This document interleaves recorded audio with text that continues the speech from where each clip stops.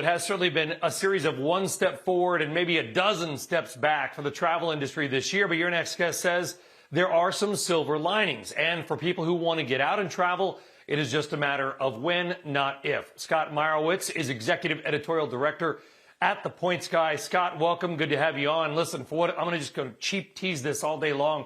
I wrote 5 predictions for 2021. They're up on CNBC.com now. I'll push them out later. One of them has to do with airfares, and one of the predictions is that I believe that airfares on popular routes, Newark to LAX, for example, could more than double by July as everybody tries to jump back on a plane. Am I overshooting the optimism?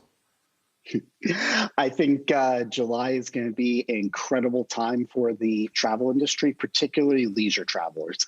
And what we have here is a complete split. Leisure travel is going to be really strong. People who have money, who were, seeing their stock portfolios climb and climb throughout the pandemic, are ready to hop on a plane again. They've put so many vacations on hold, and you can see that right now. The last 4 days, we've averaged about a total of 1 million people a day coming through the TSA. Nothing like the numbers we saw last year, but again, it's this holiday spike. People are anxious to get out there again. It's just business travel that's going to be on hold. All right, so it sounds like, Scott, that you might agree with that, because some would say, whoa, July is way too early. You heard my anecdotes. I sent pictures out the other day. Newark Airport was mobbed. You're looking around going, what pandemic? I mean, what are you seeing as far as advanced demand? Sure. Well, Brian, I don't know about the New York LAX, but I'll say New York Cancun will definitely double. It's those leisure destinations that people are booking right now. Airlines, that it's like the one bright spot they have outside of cargo is they're actually adding flights to places like Mexico right now.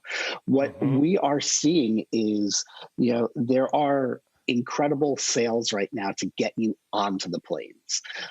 Those sales are going to quickly go away once you get into the fall, particularly September.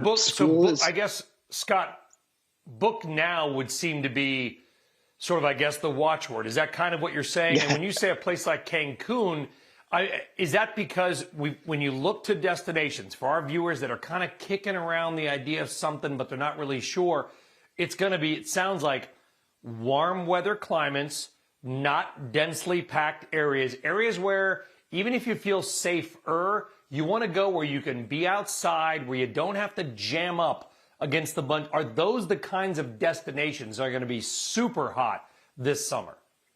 Yeah, I still expect national parks, for instance, to be super packed. I expect all the beach destinations to continue to be packed either through the winter or into the summer. And book now, because the airlines have these incredible flexibility, no change fees. All the things we used to hate about airlines are gone right now.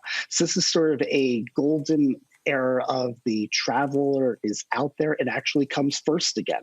So you can change flights, you could rebook if you need to. Why not take a gamble, especially with some of the prices being where they are?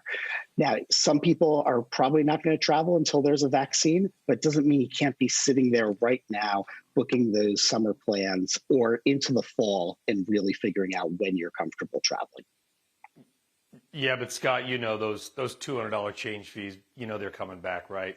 Those stupid $200 fees, they're coming back because it's a moneymaker.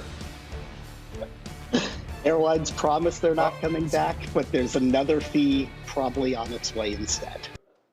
Shepard Smith here. Thanks for watching CNBC on YouTube.